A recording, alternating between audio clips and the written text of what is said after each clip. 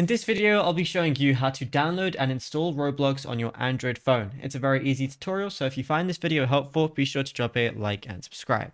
Now, Roblox is something that can be played on pretty much anything you have, which is really useful. So if you want to download it on your Android phone, if I go over to my Google Play Store, go to search in the middle, I can go to search apps and game and then type in Roblox right here. And then as you can see, Roblox is right there. For my instance, it's just going to say play, but for you, it's going to say download. And then once it downloads, that's going to be using your internet.